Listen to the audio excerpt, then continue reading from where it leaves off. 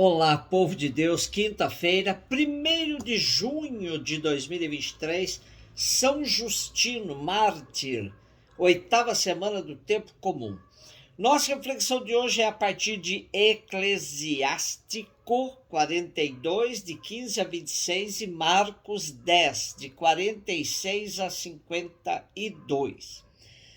Vou recordar as obras do Senhor, vou descrever aquilo que vi. Pelas palavras do Senhor foram feitas as suas obras, de acordo com a sua vontade realizou-se o seu julgamento. O sol brilhante contempla todas as coisas e a obra do Senhor está cheia da sua glória. Os santos do Senhor não são capazes de descrever todas as suas maravilhas.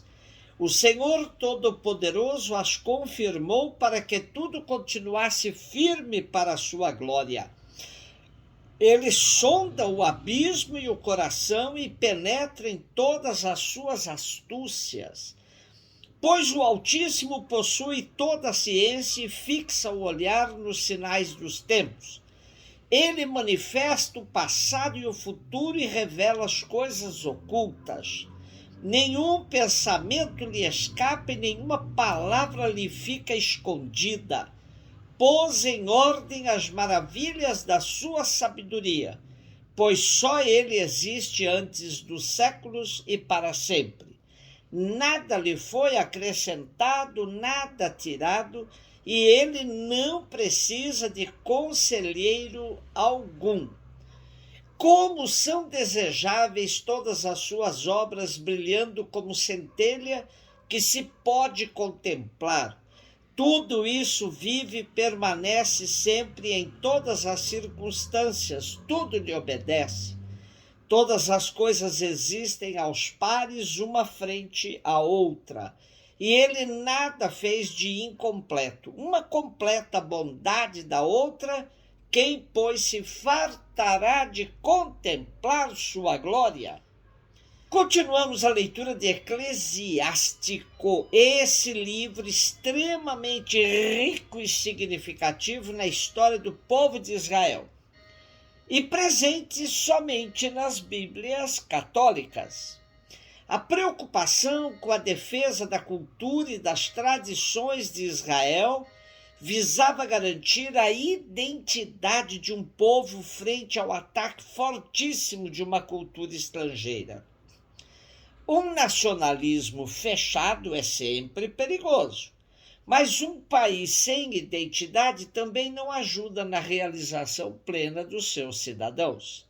No nosso texto de hoje, Ben-Sirá, o autor do livro do Eclesiástico, celebra a glória de Deus na natureza.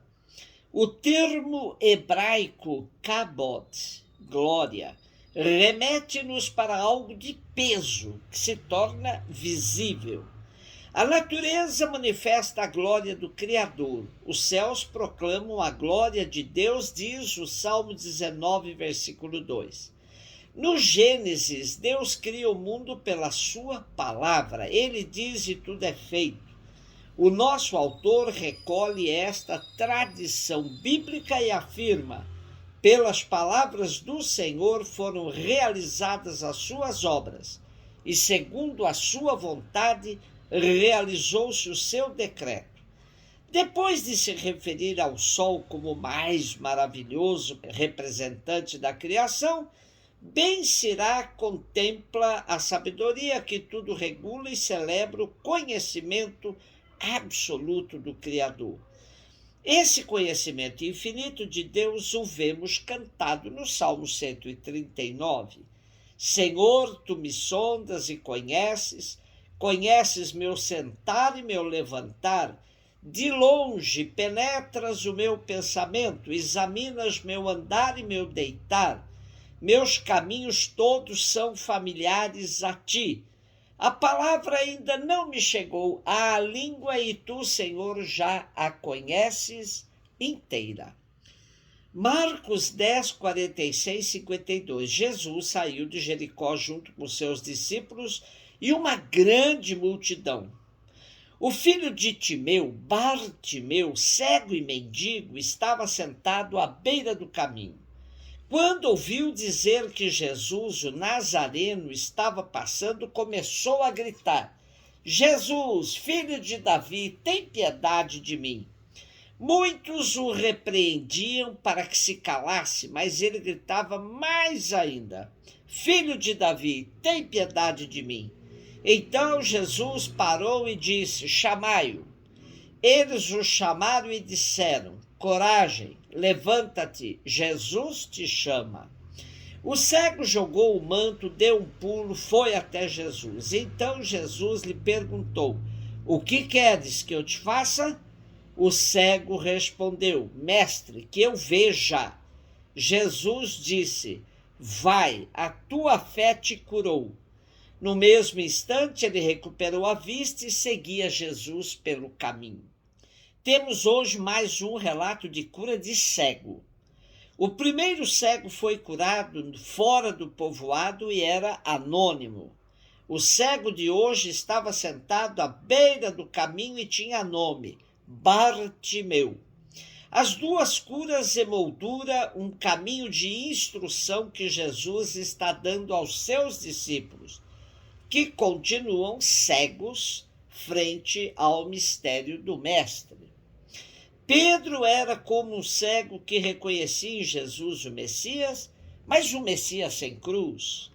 Não conseguia entender ou suportar os anúncios que Jesus fazia sobre sua paixão sobre a cruz. O segundo cego, o do nosso texto de hoje, o Bartimeu, reconhecia como Pedro Jesus como Messias, mas ainda não entendia corretamente, pois gritava: Filho de Davi. Porém, Bartimeu não ficou preso ao título, teve fé, foi curado e salvo, pois disse-lhe Jesus: Tua fé te salvou. Depois de curado, por ter demonstrado sua fé, logo se pôs a caminho no seguimento de Jesus. Tudo em sua volta jogava contra, pobre, mendigo, à beira do caminho, rejeitado por muitos que queriam fazê-lo calar-se. Serviu-se do único recurso de que dispunha, seu grito. E foi exatamente por isso, ouvido por Jesus, que o manda chamar. Jesus dialoga com Bartimeu, o faz expressar claramente o que deseja: Mestre, que eu veja, e responde: Vai, a tua fé te curou. Ainda que não tivesse de Jesus um conhecimento correto, jogou tudo na convicção de sua fé, e foi essa que o salvou. Ele se transforma assim no modelo do discípulo, pois venceu a cegueira, o que os demais discípulos de Jesus não conseguiram fazer, e assumiu o seguimento de Jesus.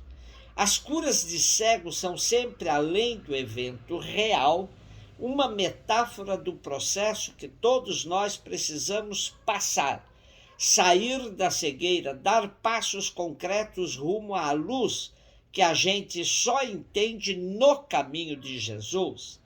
De quantas cegueiras precisamos nos libertar para decididamente seguir a Jesus? Ainda que cegos, precisamos ter a sensibilidade para detectar quando Jesus passa por nós. E uma vez que logramos identificar Jesus na pessoa de nossos irmãos e irmãs, sobretudo nos pobres e excluídos sentados à beira do caminho, temos a coragem de largar tudo que nos prende e amarra e nos colocarmos no seguimento de Jesus com coragem e decisão. Hoje celebramos São Justino Mártir, filósofo cristão e cristão filósofo, como foi acertadamente definido Justino, nascido em Flávia, Neápolis, na Samaria, no início do século II. Pertence àquela pleiade de pensadores que em cada período da história da Igreja tentaram uma síntese da provisória sabedoria humana e das inalteráveis afirmações da revelação cristã. O itinerário da sua conversão a Cristo passa pela experiência estoica, pitagórica, aristotélica e neoplatônica. Daí o desenlace quase inevitável, ou melhor, providencial, e a adesão à verdade integral do cristianismo. Um beijo no seu coração.